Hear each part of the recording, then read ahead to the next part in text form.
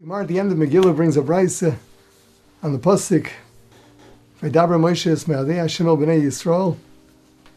Moshe tiken lem Yisrael Shoalim Vedorshim. Hilchos Pesach b'Pesach, Hilchos Chag b'Chag, Hilchos Atzeres b'Atzeres.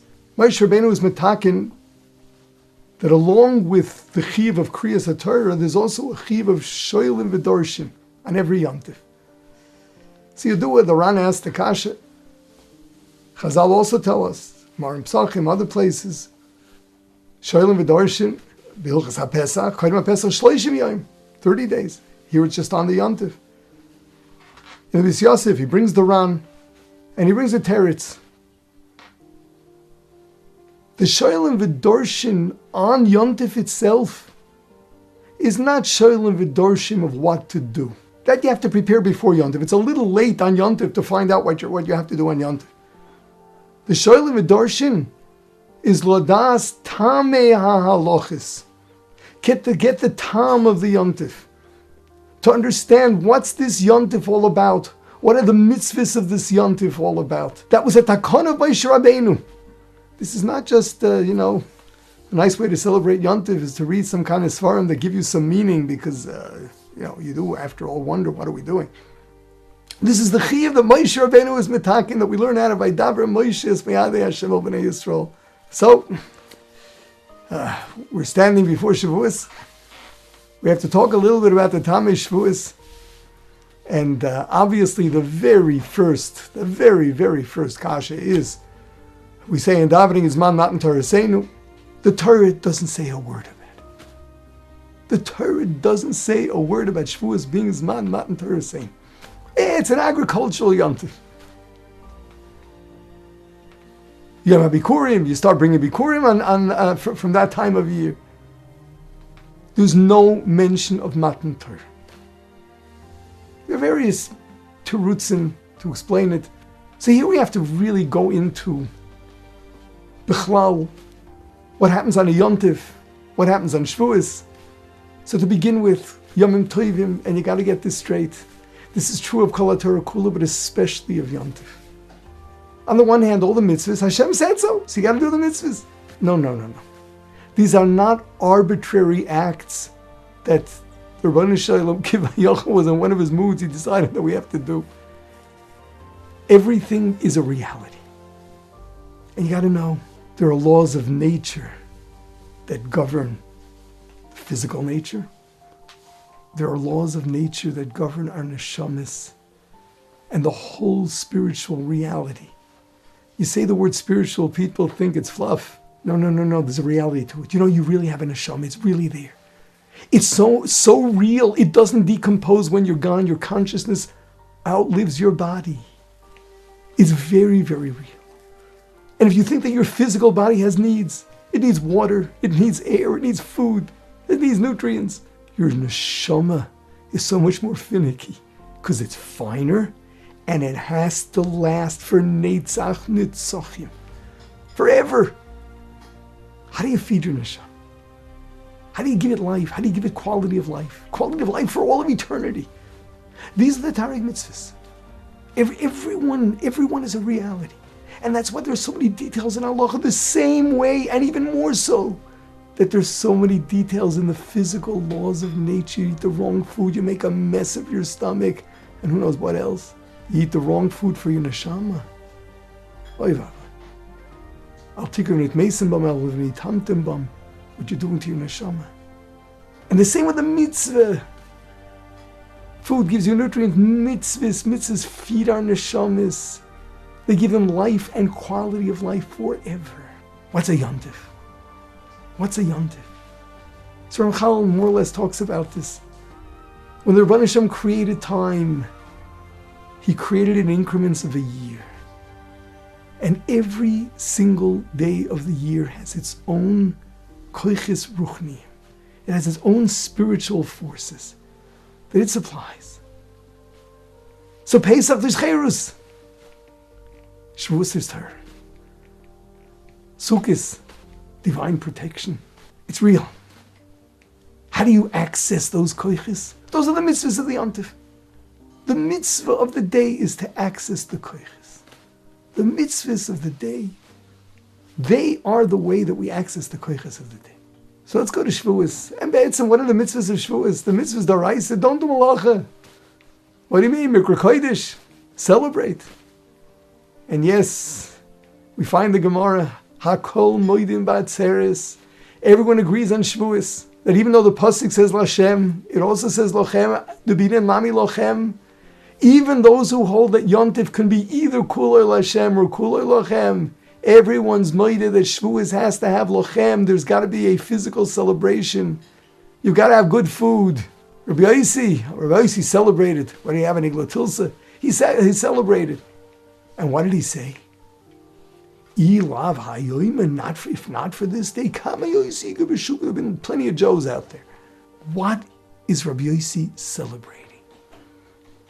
Let's get this straight. What is he celebrating? He's celebrating the day that made him what he became. It's the day we celebrate what Torah does to us. This is our Yom Tov.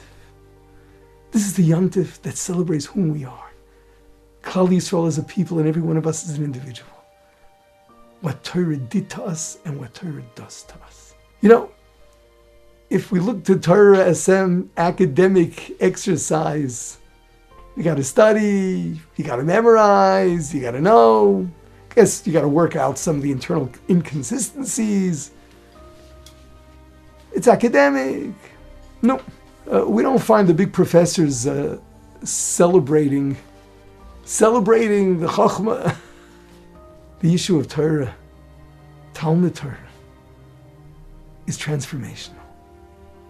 It's changing the way you think. Talmud Torah is changing the way you think.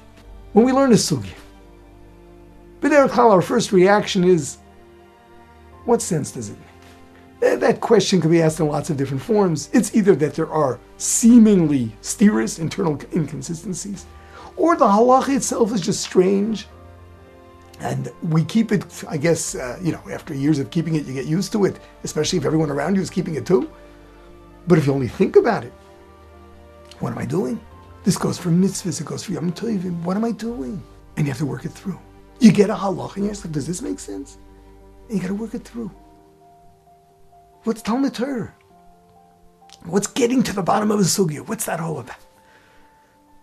It's figuring it out. What is it that the Rebbeinu Shem says is emes, where I would have thought otherwise? And ultimately, what you're doing is aligning your brain with the wisdom of the Rabbeinu Shalom, with the wisdom of Creator of heaven and earth, the wisdom of the source of all wisdom. The Rebbeinu Shalom Chaysamer Shakadosh Baruch Hu Emes, He is truth itself. You're aligning your brain with Emes, the Emes of the Rebbeinu Shalom.